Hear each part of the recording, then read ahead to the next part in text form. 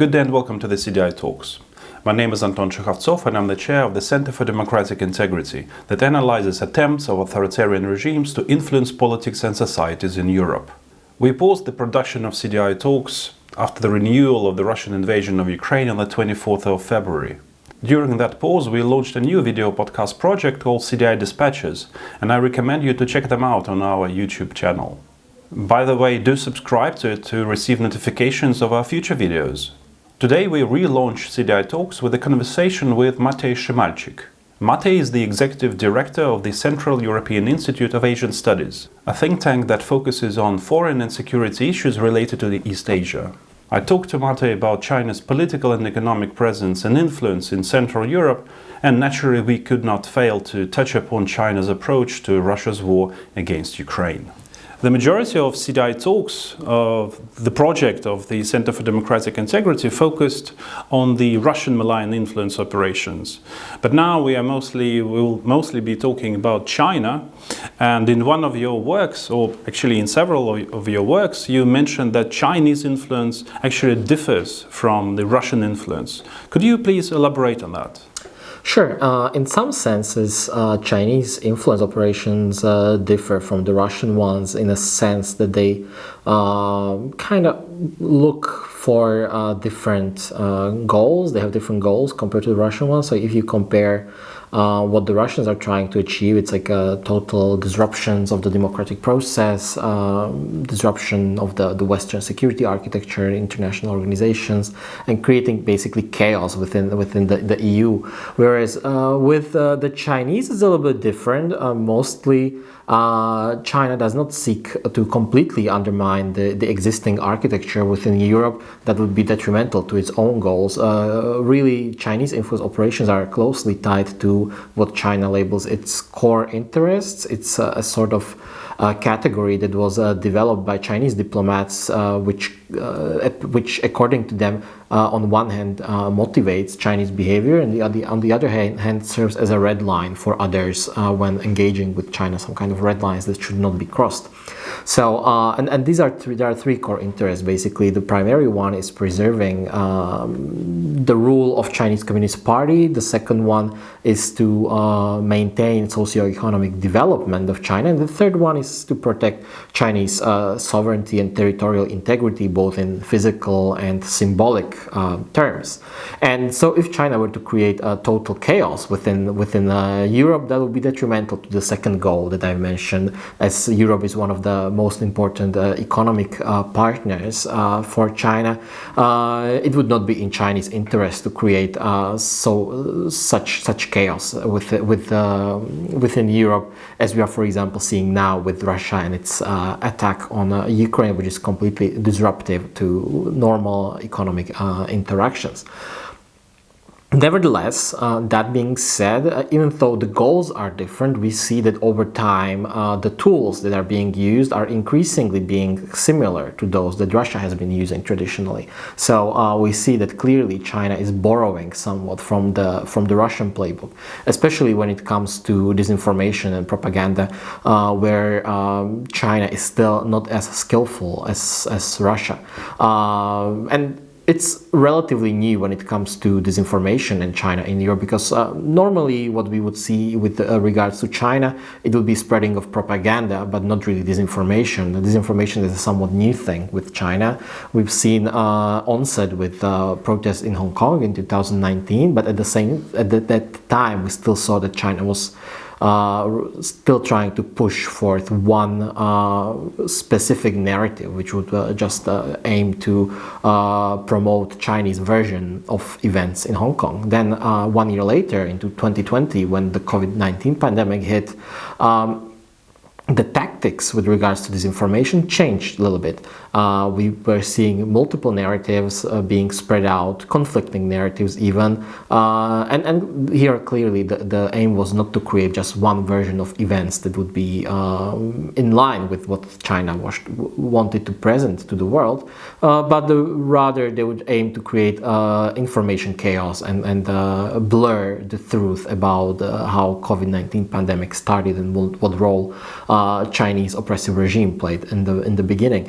And the third milestone would be the current and ongoing aggression of Russia against Ukraine, where we see that China is starting to use disinformation and propaganda not only as a tool to preserve its own core interests, but also as a tool to engage in global power competition via the US, when China is clearly taking over Russian narratives about the role of the US and NATO as motivations why this war broke out.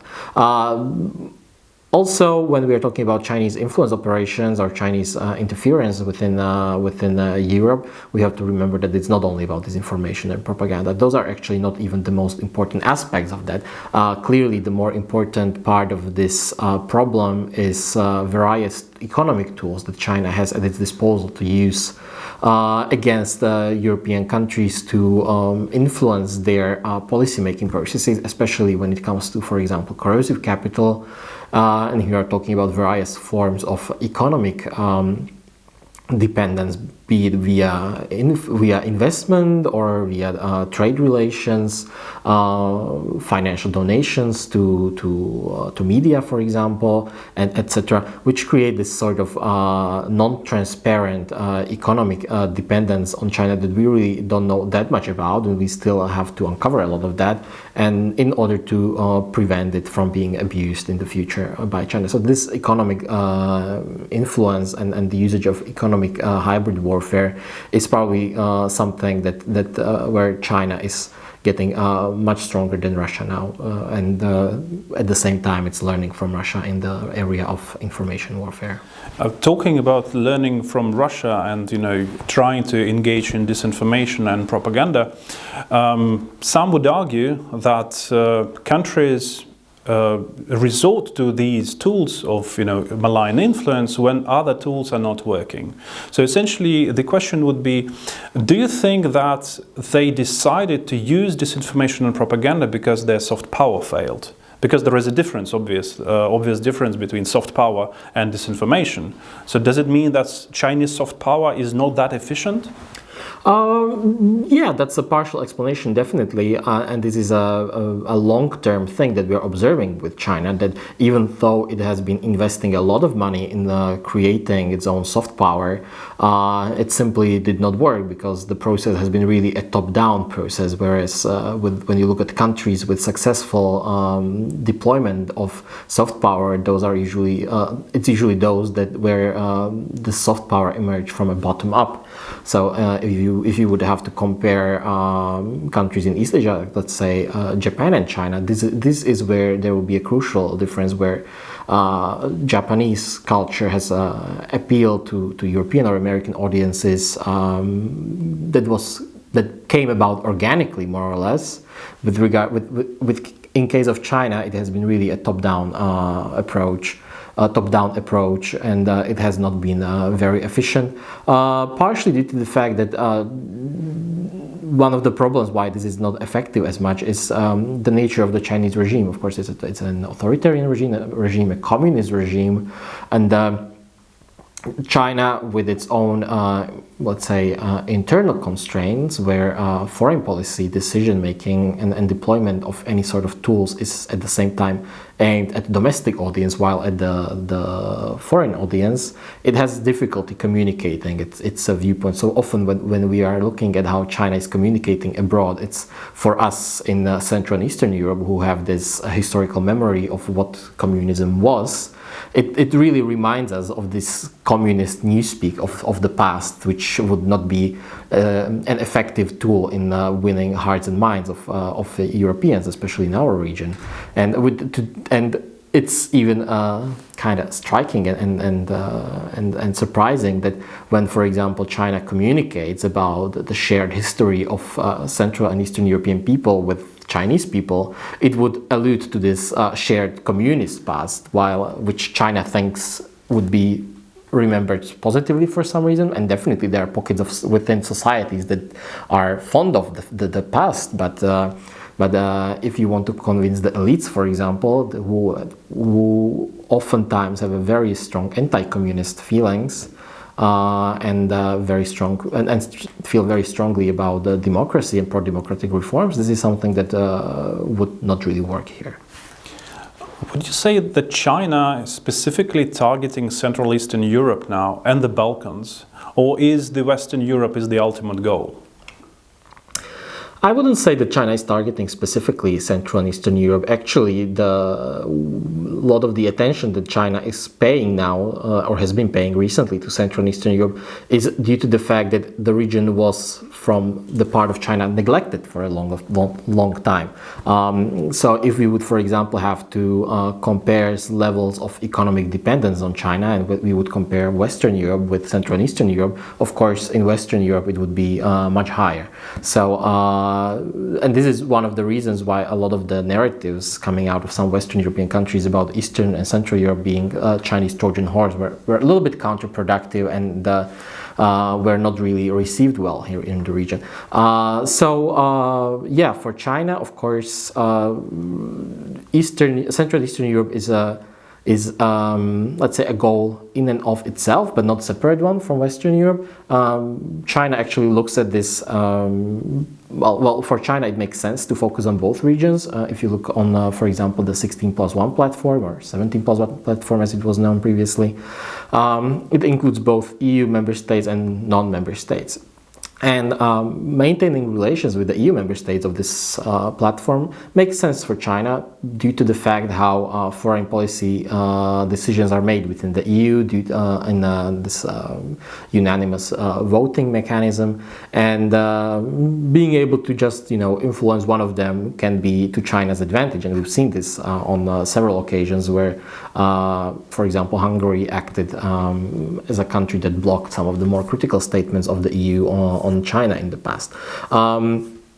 But of course, it's not only about Central and Eastern Europe. Western Europe is also an important playing field where China is being active.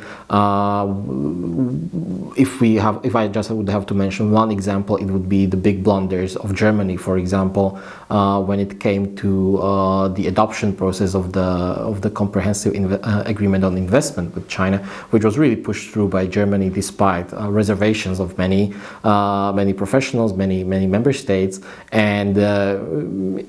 and also when it came to, for example, to 5G, we saw a lot of hesitance coming out of Germany due to this high levels of economic engagement and the residual thinking that economic engagement can lead to political change. And going back to Central Eastern Europe, what are the main targets in this area, in this region? What particular countries maybe? So we have to recognize, of course, that the Central and Eastern Europe is not really a homogeneous region. It's very diverse, and partially one part of the diversity is the differentiation between EU member states and non-members. But also you have different levels of socioeconomic development, for example, which makes this region a little bit difficult for China to grasp, I think. And we have clearly seen that even though China tries to frame its cooperation or its engagement with Central and Eastern Europe via the 16+1 platform as some sort of multilateral engagement, in reality it's just 16 parallel bilateral relations, and there we see different levels of engagement. So of course we see a lot of engagement, for example, with Serbia in Western Balkans, with Hungary, to some extent with Poland, but with other countries it's really not that much. And when Central and Eastern European countries were approached by China to create this 16+1 platform, a lot of them, in light of the financial crisis, hope to attract Chinese investment and promote their own exports to China. And for many of them, these goals were not really fulfilled. Of course, there were some investments, but it was not that much. And it was really rarely greenfield investment. It was mostly acquisitions of existing businesses. And when it came to exports, yes, exports rose, but at the same time, imports from China rose even faster. So the trade imbalance actually grew for most of these countries, even though they are exporting now more to China. That being said, overall, if you would look at this in relative terms, China remains one of the less important investors in the region. And less important export partners. And it's not really that surprising when we are talking about exports due to the way how global value chains are structured. It's never really going to be the other way around, that China will be a main export market for a lot of the Central European countries because they're embedded in these German value chains. What makes, economically speaking, China important for Central and Eastern Europe is this indirect trade that we see a lot of exports, for example, coming out of Germany to China, while Central and Eastern European countries supply a lot of inputs to German industries. So while we have this very low direct engagement, this indirect dependence is a little bit higher, which we of course need to recognize and be able to work with. In terms of investment, we have seen in the past decade that other East Asian countries even became much more important players in the region.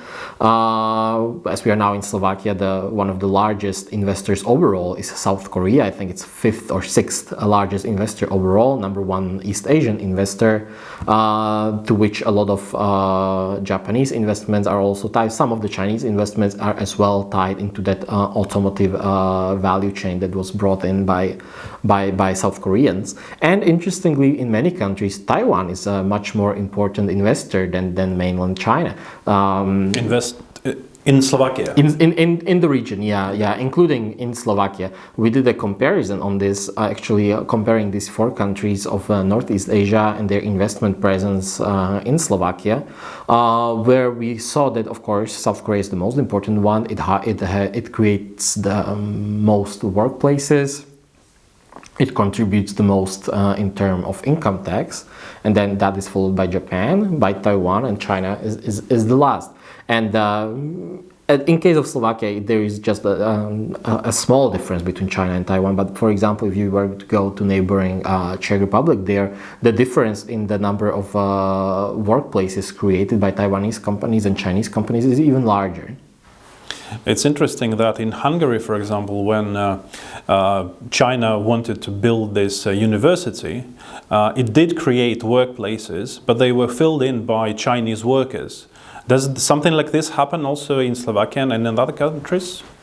Well, it does not really happen in Slovakia now because we don't have that many China-backed projects, and this is especially the case when it comes to infrastructure investment. And we have seen this in many other countries around the world, including in some other countries in Central and Eastern Europe. Good example would be countries of the Western Balkans where more infrastructure projects were happening. So these are not really Chinese investment, but rather provision of Chinese loans to do these projects, and these loans tend to be conditioned on certain conditions, like hiring Chinese workforce to do this, hiring Chinese contractors to do the project, and using Chinese material to do this project, which is very interesting. And on part of China, it's a very savvy business decision, I have to say, because you will provide the loan that has to be repaid, but at the same time, the money you borrowed is going to be used on paying Chinese contractors anyway, so it's kind of paid twice to China. And this has been the case all over the world with infrastructure projects in Africa, in Southeast Asia, everywhere. Matej, you already mentioned that China is, of course, a communist state, authoritarian communist state. How significant is this ideological element in Chinese influence operations in Europe? Are they trying to promote communism? Well, within Europe, and specifically within Central and Eastern Europe, this is not really that big of an issue. Of course, yes, China is a communist power; it's an authoritarian regime, but it is not promoting this sort of governance standards within Europe, especially within the European Union member states. We see, of course, a different story emerging in the developing world, where clearly China has been promoting alternative models of governance, for example, in African countries, and even in countries of Western Balkans, we see a lot of issues emerging with relating to good governance. So it's not really about promoting communism, but kind of suppressing good governance models or promoting alternative models of governance. So we have seen this with some projects that emerge to be financially unsustainable, and of course it's not only China to blame here, but also the recipients that make these decisions to accept unsustainable funding. With regards to environmental degradation and not complying with European environmental protection norms, for example, and even labor standards. Matej, and my final question will be about the current context. It's the Russian invasion of Ukraine, and you briefly mentioned that China is partnering with Russia on the disinformation and propaganda narratives on this context. Can you add anything on this?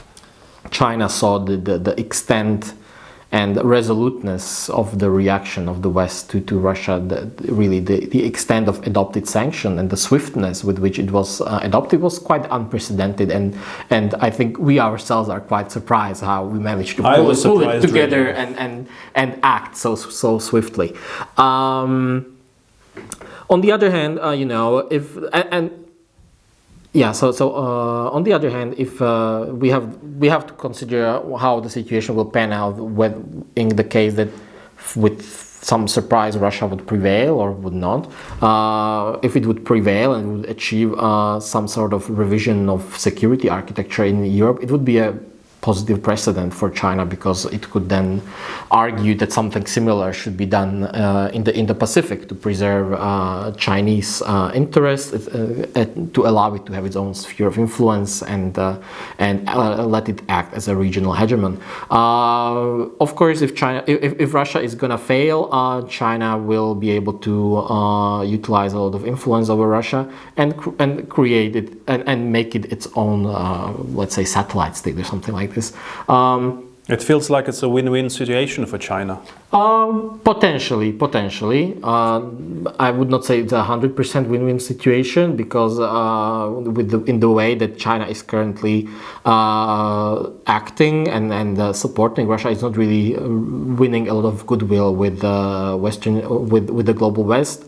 And we have already seen in the past that public opinion of China was really falling down in Europe. So when we did the survey on this in 2020, we saw that there was a sharp drop in favorability of China in the past few years before that. And when Europeans, especially in Central Europe, are seeing really Russia as the aggressor and this as an unprecedented attack on European security, and they are able to interpret Chinese activity as enabling Russia, this will have very drastic ramifications for China in terms of its trustworthiness within Europe. And this is not a sole event that would have this kind of detrimental effect for China in the longer term, because already this mistrust was emerging quite strongly, for example, in light of Chinese pressure on Lithuania after it left the 17+1 platform and started engaging more actively with Taiwan. Thank you very much for this conversation, Matej. Thanks for inviting me. It was a pleasure to talk with you. Thank you.